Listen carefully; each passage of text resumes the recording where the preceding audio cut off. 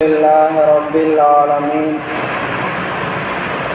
والصلاة والسلام على سيدنا محمد وعلى آله وأصحابه أجمعين أما بعد قال الله تعالى في القرآن العظيم والفرقان الحميد أعوذ بالله من الشيطان الرجيم بسم الله الرحمن الرحيم فاستقم كما أمرت ولا تتبع أهواءهم صدق الله العلي العظيم. இன்றைய ஈதுல் ஃபித்ருடைய தொழுகையிலே நம் எல்லோரையும் சங்கமிக்க செய்த அல்லாஹ்வுக்கே எல்லா புகழும் உண்டாவதாக. ஆமீன்.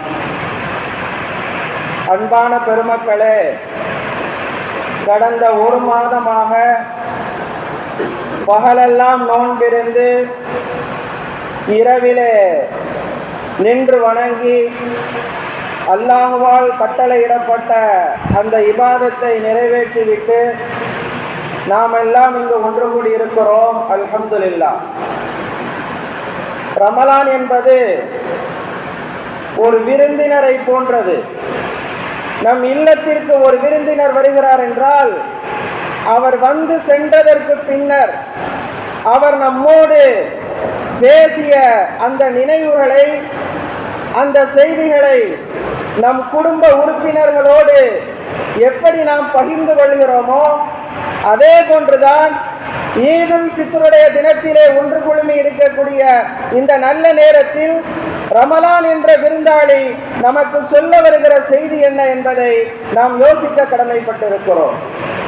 ரப்புல் ஆலமீன் அல்லாஹ் ஜல்ல ஷானஹு தஆலா இந்த நாளை கண்ணியப்படுத்தி இருக்கிறான். அந்த கண்ணியப்படுத்துதலை நாம் தொழுகையின் மூலமாக நிறைவேற்ற இருக்கிறோம். அதற்கு முன்னதாக ரமலான் நமக்கு சொல்ல வருகிற முதல் செய்தி என்னவென்று சொன்னால், நமக்கு ஏற்படக்கூடிய மகிழ்ச்சி, கஷ்டம் இரண்டு நிலைகளிலும் அல்லாஹ்விடத்திலே நாம் சரணாகதி அடைய வேண்டும். இதுதான் ரமலான் நமக்கு சொல்ல வருகிற முதல் செய்தி. நாம் எப்படி வாழ்ந்து கொண்டிருக்கிறோம் தெரியுமா? ரப்புல் ஆலமீன் குர்ஆனிலே தெளிவுபட சொல்கிறான், வைதா மஸ்ஸல் இன்சானு லுர், மனிதனுக்கு ஒரு நோவினை ஏற்பட்டு விட்டால், ஒரு கஷ்டம் ஏற்பட்டு விட்டால், ஒரு சிரமம் ஏற்பட்டு விட்டால், தஆனா நம்மை அழைக்கிறான், என்னிடத்தில் பிரார்த்திக்கிறான், லிஜம்பிஹி ஒரு கணித்து படுத்தவனாக, அவ் காயிதன் அமர்ந்தவனாக, அவ் காயிமன் நின்றவனாக, எல்லா நிலைகளிலும் எனக்கு துன்பம் வந்து விட்டது, எனக்கு நெருக்கடி வந்து விட்டது, என்னை எப்படியாவது வெளியே கொண்டு வா என்று புலம்புகிறான். ஆனால் அந்த துன்பத்திலே இருந்தவனை நான் வெளியே கொண்டு விட்டால், அந்த துன்பத்திலே இருந்தவனை நான் வெளியே கொண்டு வந்து விட்டால், மர்ர கல்லம் யதுஹு, மர்ர அவன் கடந்து செல்கிறான், என்னை அழைக்காததை போன்று கடந்து செல்கிறான். ரப்புல் ஆலமீன் என்ன சொல்கிறான் தெரியுமா? துன்பம் வருகிற போது என்னிடத்தில் அடியான் ஓடி வருகிறான், மகிழ்ச்சி ஏற்படுகிற போது என்னை மறந்து விடுகிறான். எனவேதான் நபிகள் ஸல்லல்லாஹு அலைஹி வஸல்லம் பெருநாளுடைய தினங்களிலே நீங்கள் மகிழ்ச்சியாக இருக்கிறீர்கள், இந்த மகிழ்ச்சியை தக்பீரின் மூலமாக வெளிப்படுத்துங்கள். அல்லாஹு அக்பர், அல்லாஹு அக்பர், அல்லாஹ் மிகப்பெரியவன், அல்லாஹ் மிகப்பெரியவன்.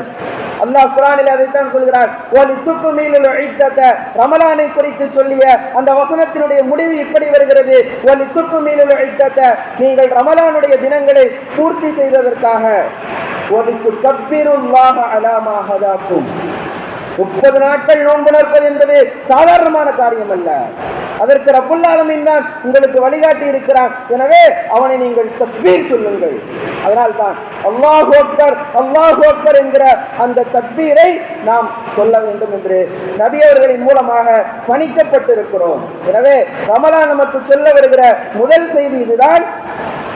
மகிழ்ச்சி ஏற்படுகிற போதும் அல்லாஹ்வை நினைக்க வேண்டும். இறைவா, இந்த மகிழ்ச்சிக்கான காரணம் நீதான். சஹருக்கு அலாரம் வச்சுட்டு படுத்தோம், எழுப்பி விட்டது யார்? ரப்புல் ஆலமீன் நினைத்திருந்தால் நாம் நம்மை தூங்க வைத்திருக்க முடியும். அவனுடைய தௌஃபீக் இருப்பதன் காரணமாகத்தான் 30 நாட்கள் நோன்புகளை நாம் நிறைவு செய்ய முடிந்திருக்கிறது. இந்த மகிழ்ச்சிக்கான முதல் காரணம் ரப்பாக இருக்கிறான். எனவே நமக்கு ஏற்படக்கூடிய லாபம் நஷ்டம் இரண்டிலும் ரப்பிடத்திலே நாம் சரணாகதி அடைய வேண்டும். அதுதான் ரமலான் நமக்கு தருகிற முதல் படிப்பினையாக இருக்கிறது. இரண்டாவது படிப்பினை, அல்லாஹ்வை நாம் மகிழ்ச்சிப்படுத்துவதை போன்ற இபாதத்துக்கள் மூலமாக அடியார்களையும் நாம் மகிழ்ச்சிப்படுத்த வேண்டும் என்கிற படிப்பினையை நமக்கு தருகிறது. 30 நாட்களாக நாம் நோன்பு வைத்து இறைவனுடைய கட்டளையை நாம் நிறைவேற்றிவிட்டோம். நபி அவர்கள் சொன்னார்கள், நீங்கள் சதக்காவை கொடுங்கள், சதக்கத்தில் ஃபித்ரை கொடுங்கள். ஏன் கொடுக்க வேண்டும்? பெருநாளுடைய தினத்திலும் ஏழைகள் மற்றவர்களை எதிர்பார்த்து இருக்கக்கூடாது. நீ 30 நாட்களாக நோன்பின் மூலமாக என்னுடைய நிறைவை பெற்றால் இன்றைக்கு நீ ஏழைகளுடைய திருப்தியை பெற்றுவிட்டு என்னிடத்திலே தொழுகைக்கு வா. ரப்புல் ஆலமீனுடைய யதார்த்தம் இதுதான். அல்லாஹ்வை நாம் எப்போதெல்லாம் மகிழ்ச்சிப்படுத்துகிறோமோ அதே போன்று அடியார்களையும் நீங்கள் மகிழ்ச்சிப்படுத்துவதை உங்களுடைய வாழ்க்கையினுடைய இலட்சியமாக ஆக்கிக் கொள்ளுங்கள். ரமலான் நமக்கு தருகிற இரண்டாவது படிப்பினை இது. மூன்றாவது படிப்பினை, சமத்துவத்தை ரமலான் நமக்கு கற்றுத் தருகிறது. நோன்பு திறக்கிற போது பணக்காரங்களுக்கெல்லாம் ஒரு இடம், ஏழைகளுக்கெல்லாம் ஒரு இடம் என்று நாம் பிரித்து கொடுப்பதில்லை. படித்தவர் பாமரர், உயர்ந்தவர் தாழ்ந்தவர், அறிவுள்ளவர் அறிவில்லாதவர் அத்தனை பேரும் ஒரே சமமாக அமர்ந்து இஃப்தாரை நாம் திறந்தோம் அல்லவா? அந்த இஃப்தார் நமக்கு சொல்ல வருகிற செய்தி இதுதான். சமத்துவம் பேணப்பட வேண்டும். இஃப்தாரிலே எப்படி ஒன்றாக அமர்ந்து நாம் இஃப்தாரை நிறைவு செய்கிறோமோ வருடத்தினுடைய எல்லா தினங்களிலும் சமத்துவம் என்பது பேணப்பட வேண்டும், அது பாதுகாக்கப்பட வேண்டும். யாரிடத்தில் இரையச்சம் இருக்கிறதோ அவர்தான் உயர்வானவர். அல்லாஹ் குர்ஆனிலே சொல்கிறான், இன்ன அக்ரமக்கும் இன்தல்லாஹ் அத்காக்கும். அல்லாஹ்விடத்திலே சிறந்தவர் யார் தெரியுமா? பிறப்பால், பணத்தால், பதவியால், அந்தஸ்தால், அதிகாரத்தால் உயர்ந்தவர் யாரும் அல்ல. இன்ன அக்ரமக்கும் இன்தல்லாஹ், அல்லாஹ்விடத்தில் மிகச் சிறந்தவர் அத்காக்கும். யாரிடத்தில் இரையச்சம் அதிகம் இருக்கிறதோ அவர்தான் அல்லாஹ்விடத்திலே உயர்ந்தவர். உயர்வு தாழ்வு சமத்துவத்தை நமக்கு இஃப்தார் போதிக்கிறது. நான்காவது படிப்பினை, இந்த தேசத்திலே நாம் வெற்றி பெற வேண்டும் என்று சொன்னால் கடுமையான சோதனைகளை நாம் சந்திக்க வேண்டும். கடுமையான சிரமங்களை சந்தித்ததற்கு பின்னர் தான் நமக்கு உண்மையான வெற்றி என்பது கிடைக்கும் என்பதை சொல்கிறது. பத்ர் போர் ஹிஜ்ரி 2வது ஆண்டிலே தான் ரமலானுடைய நோன்பு என்பது கடமையாக்கப்படுகிறது. நபி அவர்கள் மக்காவில் இருக்கிற வரைக்கும் ரமலான் நோன்பு கடமை அல்ல. மதீனாவிற்கு சென்று ஒரு வருடம் கழித்து ஹிஜ்ரி 2வது ஆண்டிலே தான் நோன்பு கடமையாக்கப்படுகிறது. முதலாக அந்த நோன்பு 17 தான் பத்ர் போரும் நடக்கிறது. நீண்ட நெடிய வரலாறு. தேவையான அளவு மாத்திரம் நாம் நினைவுக்கு கொண்டு வர ஆசைப்படுகிறேன். கடுமையான சோதனைகளுக்கு பின்னர் அங்கே கம்மின் ஃபியத்தின் கலீலத்தின் ஒரு சிறு கூட்டம் அங்கே அல்லாஹ் கலபத் ஃபியத்தன் கஸீரத்தன் பீதினில்லாஹ், அல்லாஹ்வுடைய அனுமதியால் மிக பெரும் படையை அல்லாஹ் அங்கே தோற்கடித்து அந்த பத்ரிலே வெற்றியை கொடுத்தான். இந்த தேசத்திலே சிறுபான்மை சமூகத்தவர்களாக நாம் வாழ்ந்து கொண்டிருக்கிறோம். நமக்கான உரிமைகள், நமக்கான நலத்திட்டங்கள் அனைத்தையும் போராடித்தான் பெற வேண்டியது இருக்கிறது. இன்னமும் போராடியும் கிடைக்காத விஷயங்கள் இருக்கத்தான் செய்து கொண்டிருக்கிறது. போராடிக்கொண்டே இருக்கிறோம். இந்த சிறுபான்மையினர் சமுதாயமாக இருக்கக்கூடிய நமக்கு ரமலான் சொல்லக்கூடிய இந்த பத்ர் போர் மிகச்சிறந்த படிப்பினையை தருகிறது. நீங்கள் வெற்றி பெறுவது என்பது சாதாரணமானதல்ல. உங்களுக்கு வெற்றி கிடைக்கும், ஆனால் கடுமையான சோதனைகளை நீங்கள் சந்திக்க வேண்டும்.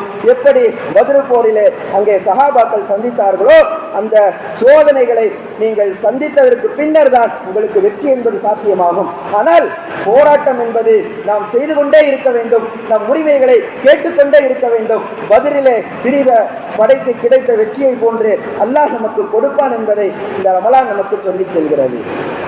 ரமலான் என்பது ரமலானுடைய மாதம் தான் முடிந்திருக்கிறது. ரமலானுடைய அந்த நமக்கு கொடுத்து தந்திருக்கக்கூடிய இரையச்சம் என்கிற ஆடை என்பது நாம் இன்னமும் அணிந்து கொண்டுதான் இருக்கிறோம்.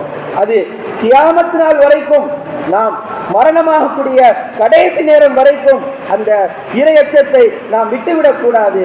இந்த ரமலான் என்பது முடிவல்ல, நாம் சுவர்க்கத்திற்கு செல்வதற்கான துவக்கம் என்பதை நாம் இன்றைய பெருநாள் செய்தியாக எடுத்துச் செல்ல வேண்டும். உண்மையான பெருநாள் எது தெரியுமா? ஈமானோடு நாம் மரணித்து சுவனத்திலே என்றைக்கு நாம் நுழைகிறோமோ அதுதான் நமக்கு உண்மையான ஈதுடைய மேலாக இருக்கிறது. ரப்புல் ஆலமீன் அல்லாஹ் ஜல்ல ஷானஹு தஆலா இங்கு நாம் ஒன்று கூடி இருப்பதை போன்று சுவனத்திலும் ஈமானோடு மரணித்து ஒன்று குழுமக்கூடிய நல்ல தௌஃபீக்கை நமக்கும் நம்முடைய சந்ததிகளுக்கும் தந்தருள்வானாக. ஆமீன். வாஹிர் தஅவானா அனில் ஹம்துலில்லாஹி ரப்பில் ஆலமீன். தொழுகை முறை செய்யுங்கள்.